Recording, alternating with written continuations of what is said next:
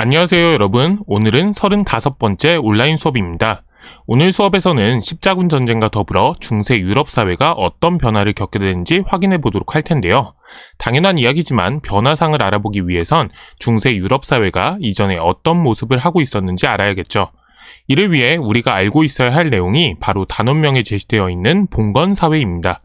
주종제와 장원제를 토대로 한 서유럽의 봉건제는 서로마 제국이 멸망하고 프랑크 왕국이 분열하며 이어진 서유럽 지역의 혼란에 대응하며 정립됩니다. 구체적으로는 다음과 같습니다. 중앙의 권력 구조가 무너지고 이민족이 침입해 들어오는 상황에서 각 지역의 유력자들은 스스로 무장하고 치안을 담당하며 해당 지역을 장악해 갑니다. 결국 그들은 해당 지역을 자신의 영지로 삼고 사실상 독자적으로 지배하게 되는데요. 기사계급인 이들 영주가 서로 간에 쌍무적 계약관계를 맺어 주종관계를 형성함에 따라 봉건적 사회질서가 세워지게 된 거죠. 따라서 서유럽 봉건사회는 지방 분권적 성격이 강한데요. 어찌되었든 이를 통해 11세기경에는 서유럽 세계도 사회 혼란이 어느 정도 정리되며 안정을 찾게 됩니다. 서유럽 봉건사회가 전성기를 맞이하게 된 것인데요.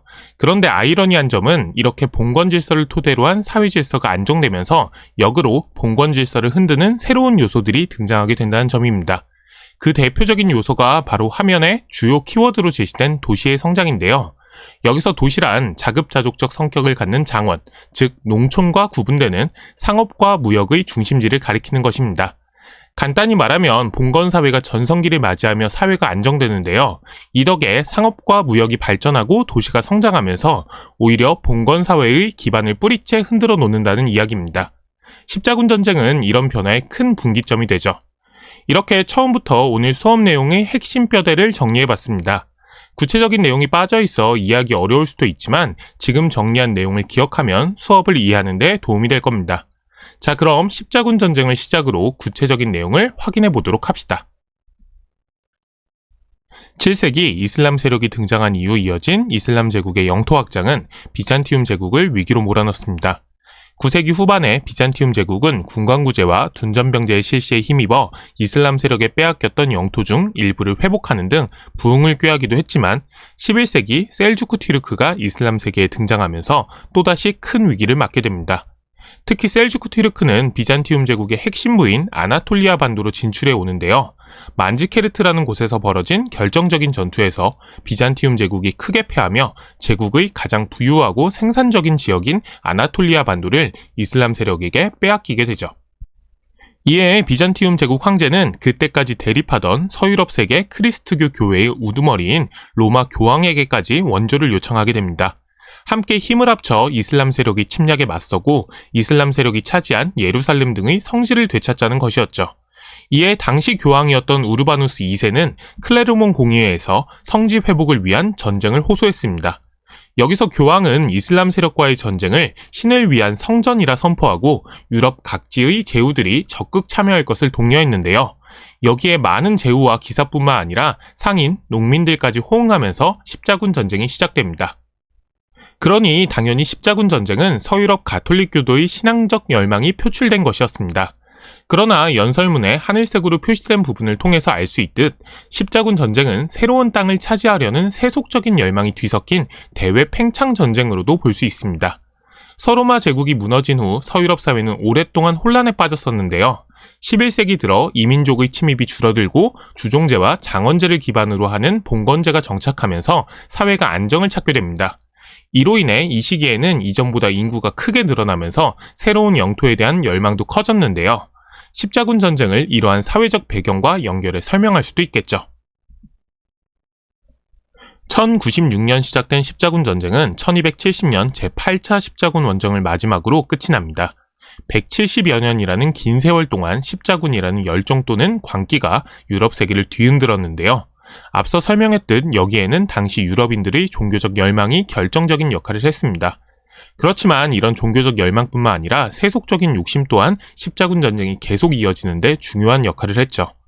우선 교황은 성지터란이라는 명분을 내세워 분열된 동서교회의 통합을 꾀하고 이를 통해 비잔티움 제국 황제를 제치고 크리스트교 세계의 주도권을 장악하고자 했습니다.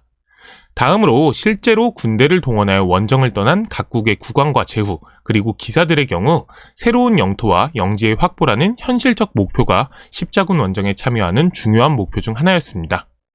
특히 참전한 기사들 중에 영지를 산속받지 못한 차남 이하 출신들이 많았다는 사실을 통해 이를 확인할 수 있죠. 또한 당시 이탈리아 상인들은 십자군 전쟁에 필요한 물자와 자금을 적극적으로 제공했는데요. 십자군 전쟁을 통해 지중해 무역을 장악하고 있던 이슬람 상인들을 제치고 지중해 무역을 주무르고자 했던 것입니다. 마지막으로 수많은 농민들도 십자군 전쟁에 참전했는데요. 힘든 농사일에서 벗어날 수 있는 유일한 기회가 바로 원정에 뛰어드는 것이었기 때문이었습니다. 이제 8차례에 걸쳐 이어진 십자군 전쟁의 주요 장면들을 살펴볼 텐데요. 우선 최초의 십자군은 원정의 목표인 예루살렘을 회복하는 데 성공합니다.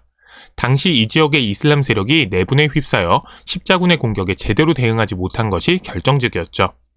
이렇게 예루살렘을 회복한 십자군은 이곳에 예루살렘 왕국을 비롯하여 4개의 크리스트교 국가를 세웁니다. 이후 심기일전한 이슬람 세력은 이 지역의 크리스트교 국가에 대한 공세를 이어가고 결국 예루살렘은 다시 이슬람 세력의 차지가 됩니다. 1270년까지 십자군 전쟁이 이어진 것도 이런 상황이 배경이 되었죠. 종교적 열정에서 시작된 십자군 전쟁은 시간이 갈수록 성지 회복이라는 목표에서 어긋난 채 타락한 모습을 보이기도 했습니다. 대표적으로 제4차 십자군을 꼽을 수 있는데요. 이들은 이슬람 세력이 아닌 비잔티움 제국의 수도인 콘스탄티노폴리스를 공격하여 라틴 제국을 수립했습니다. 이 어처구니 없는 사건은 원정의 자금을 댔던 베네치아 상인들의 사주를 받아 벌어진 것인데요. 십자군이 지중해 무역의 이권을 차지하고자 했던 베네치아 상인들의 요구를 들어주며 사실상 용병 노릇을 한 것이죠. 이 소식을 듣고 분노한 교황은 십자군을 파문하였고 이들이 세운 라틴 제국은 주변 국가의 저항에 시달리다 멸망하여 이후 비잔티움 제국이 부활하게 됩니다. 이 외에도 소년 십자군이라 불리는 참담한 사건이 일어나기도 했는데요. 이 이야기가 궁금하다면 인터넷에 한번 검색해 보도록 합시다. 결과적으로 십자군 전쟁은 성지탈환이라는 전쟁의 목표를 달성하지 못한 채 끝이 납니다. 1187년 살라흐 아딘, 대개 살라딘이라 불리는 무슬림 군주에게 예루살렘을 다시 빼앗긴 후 이어진 십자군 원정이 모두 실패로 끝난 것이죠. 전쟁이 계속되면서 점차 전쟁의 목적이 변질되어 제후, 기사, 상인들의 이해관계에 따라 전쟁의 양상이 좌우되었는데요. 앞서 살펴본 제4차 십자군이 대표적인 사례입니다. 이렇게 유럽 사회를 뒤흔들었던 십자군 전쟁이 실패로 끝나면서 유럽 사회는 큰 변화를 맞게 됩니다. 전쟁이 실패로 끝나자 이를 주도했던 교황의 권위는 실추되었고 장기간 전쟁에 참여한 제후와 기사계층이 몰락하면서 봉건제가 흔들렸습니다. 반면 각 나라의 왕권은 강화됩니다. 여기엔 여러 이유가 있는데요. 우선 십자군 전쟁에서 사망한 제후와 기사들의 영지를 회수하면서 국왕의 직할지가 늘어났기 때문입니다. 또한 국왕의 이름으로 십자군을 지휘하며 국왕의 권위가 커졌기 때문이기도 하죠. 여기서 기억해야 할 사실은 기존 유럽 사회의 봉건제가 지방 분권적 경향이 강했다는 점입니다. 따라서 십자군 전쟁을 거치며 강화된 왕권은 봉건제의 동요와 밀접한 관련이 있을 것입니다. 이와 관련된 내용은 다음 시간에 유럽에서 중앙집권 국가들이 성장하는 과정을 통해 구체적으로 살펴보겠습니다. 다시 십자군 전쟁의 결과로 돌아와 보면요. 전쟁 과정에서 동방과의 교역이 활발해져 상공업이 발달하고 이탈리아 도시들이 번영했습니다. 대표적으로 앞서 잠시 등장했던 이탈리아 도시국가인 베네치아가 있는데요. 베네치아 금화는 중세 후반 유럽 어느 나라에서나 통용되는 기축통화 역할을 할 정도였죠. 또 십자군 전쟁 동안 선진 지역이었던 이슬람 세계와 비잔티움 제국과의 교류와 접촉이 늘어나면서 이들의 문화가 서유럽에 유입되어 서유럽 문화 발전을 자극했습니다. 십자군 전쟁이 한 번의 충돌이나 전투에서 끝난 게 아니기에 그 과정에서 이루어진 교류 또한 상당했음을 잊지 않아야겠습니다. 지금부터는 십자군 전쟁이 벌어졌던 11세기에서 13세기 무렵 유럽 사회 전반의 변화에 대해서 살펴보도록 하겠습니다. 앞서 십자군 전쟁의 시작을 설명하면서 혼란이 이어지던 서유럽 사회가 11세기 이후 안정을 찾았다고 했는데요. 이는 주종제와 장원제를 기반으로 하는 봉건제가 사회 전반에 정착했기 때문입니다. 그 결과 11세기 이후 서유럽 세계는 인구가 증가하고 이에 따른 경작지의 확대가 이어지면서 농업 생산력이 증가했습니다. 그 덕에 발생한 잉여 농산물은 소규모 지역 시장에 새로운 활기를 불어넣게 되었고 교역 활동이 활발해지면서 교통로를 따라 도시가 발달했죠. 특히 십자군 전쟁의 영향으로 원거리 무역이 활발해지고 상업 거래가 확대되면서 도시는 더욱 크게 성장했습니다. 여기서 우리가 기억할 점은 봉건사회가 발전하면서 오히려 봉건사회와는 이질적인 성격을 가진 도시와 상인이 다시 등장했다는 점입니다. 봉건제는 기본적으로 자급자족적인 성격의 장원을 경제적 기반으로 하는 폐쇄적 사회였는데요. 도시와 상인은 교역을 기본으로 한다는 점에서 봉건사회와는 어울리지 않는 이질적인 공간이자 세력이었죠. 따라서 도시와 상인의 성장은 이후 봉건제가 동요하고 해체되는데 중요한 역할을 하게 될 테니 눈여겨보도록 합시다. 국제적인 상업, 즉 원거리 무역이 활성화되면서 도시가 더욱 발전한다고 했는데요. 그럼 당시의 주요 교역권은 어느 곳이 있었는지 살펴보도록 하겠습니다. 우선 이 시기 가장 중요한 무역권으로는 지중해 교역권을 꼽을 수 있습니다. 십자군 전쟁을 계기로 지중해 무역이 더욱 활기를 띠면서 베네치아, 피사, 제노바 등의 이탈리아 도시들이 번창했습니다. 특히 베네치아와 제노바의 상인들은 십자군 전쟁 때 십자군을 서아시아로 운송하고 그곳에서 비단과 향신료 등의 아시아 물품을 싣고 돌아오는 동방 무역을 주도하며 이득을 취하였죠. 유럽 북부에서는 북해와 발트해를 통한 무역이 활성화됐는데요. 함부르크와 르베크 등의 북부 독일 도시들이 이 북유럽 교역권을 주도했습니다. 특히 이들 도시들은 한자동맹이라 불리는 일종의 무역 공동체를 결성해 해당 지역의 무역을 독점하기도 했습니다. 또한 북유럽 교역권에 속하는 플랑드르 지방에서는 모직물 생산이 번성했는데요.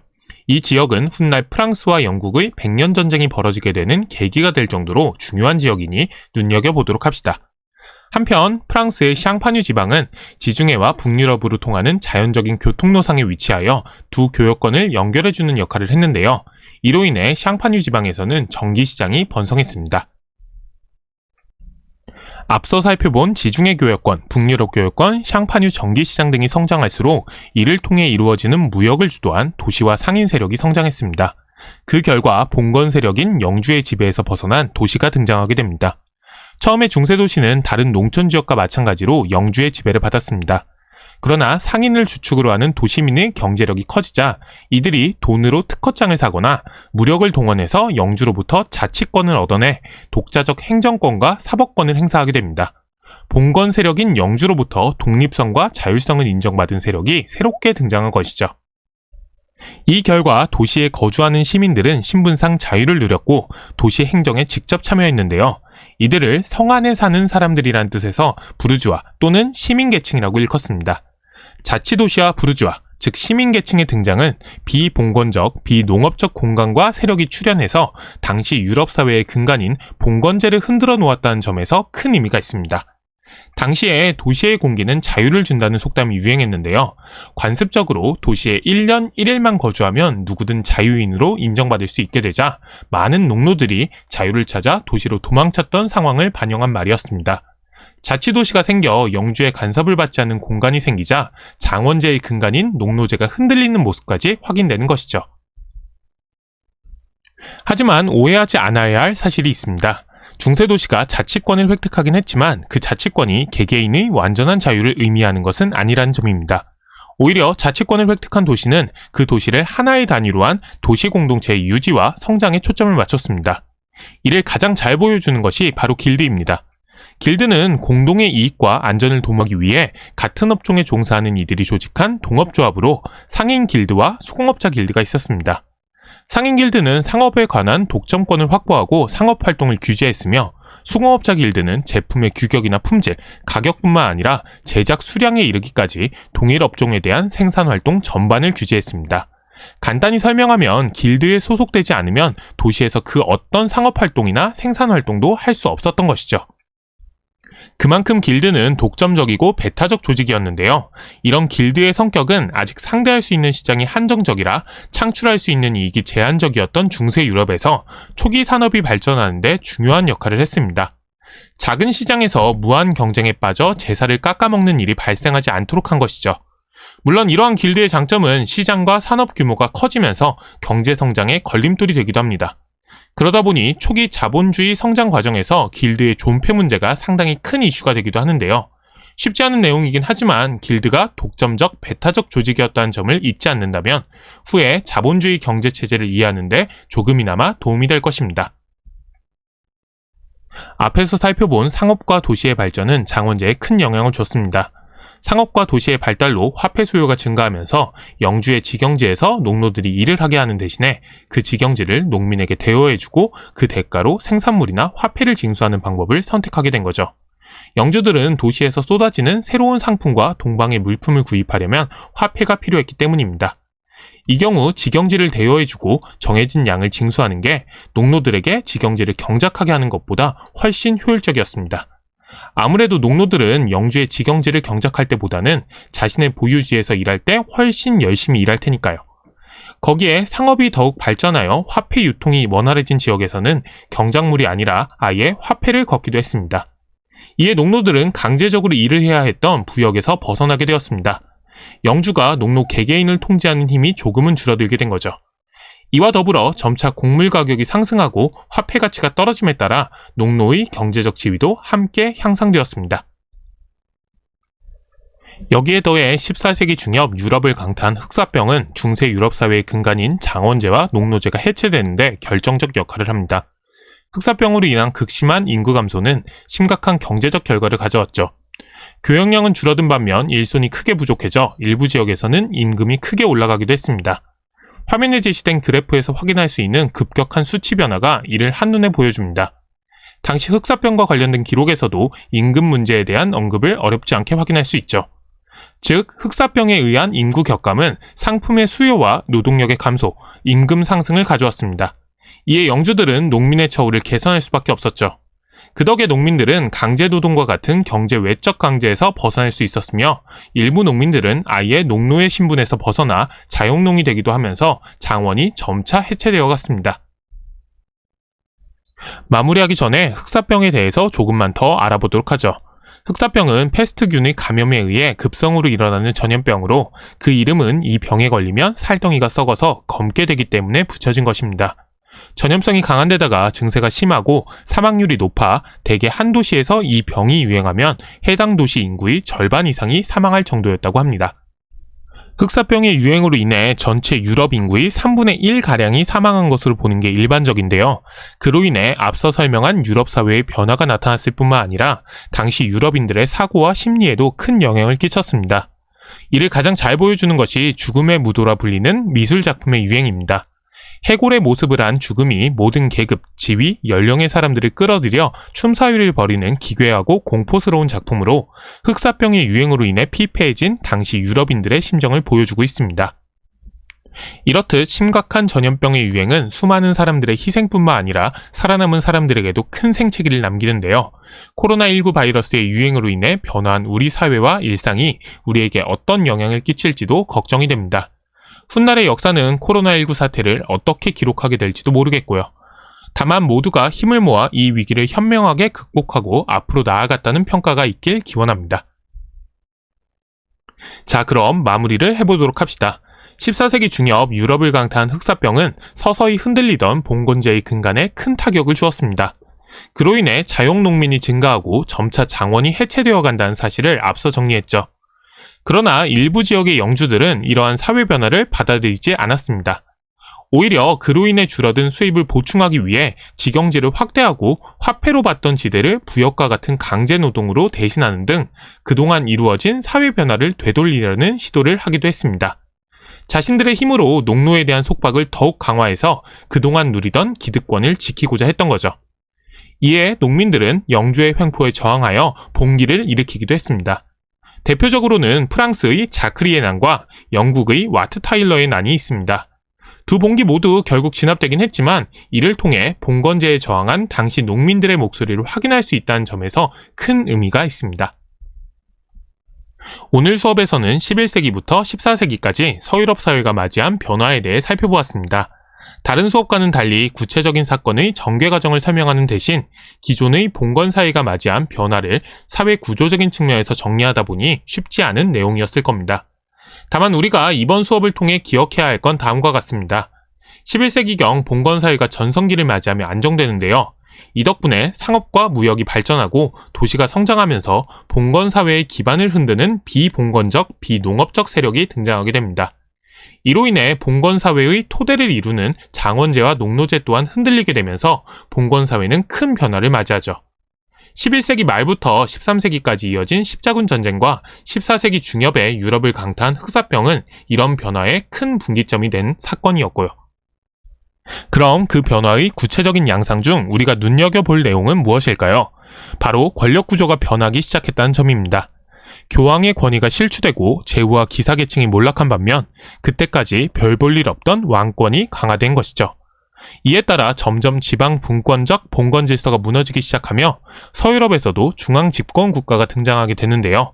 그 구체적인 전개 과정이 바로 우리가 다음 시간에 다룰 수업 내용입니다. 이제 슬슬 우리가 알고 있는 유럽의 주요 국가들의 기틀이 마련되는 시점인데요. 다만 여기서 놓치지 말아야 할 점은 이제 배우게 될 내용 또한 어느 순간 봉건사회가 무너지면서 그 즉시 중앙집권 국가가 등장하게 된 것이 아니라 우리가 오늘 배운 사회 변화와 유기적으로 영향을 주고받으며 점진적으로 변화였다는 점입니다. 방금 설명한 주의사항을 잊지 않도록 하고요. 구체적인 이야기는 다음 시간에 살펴보도록 합시다. 자, 그럼 긴 수업 듣느라 고생했고 오늘 수업은 여기까지입니다.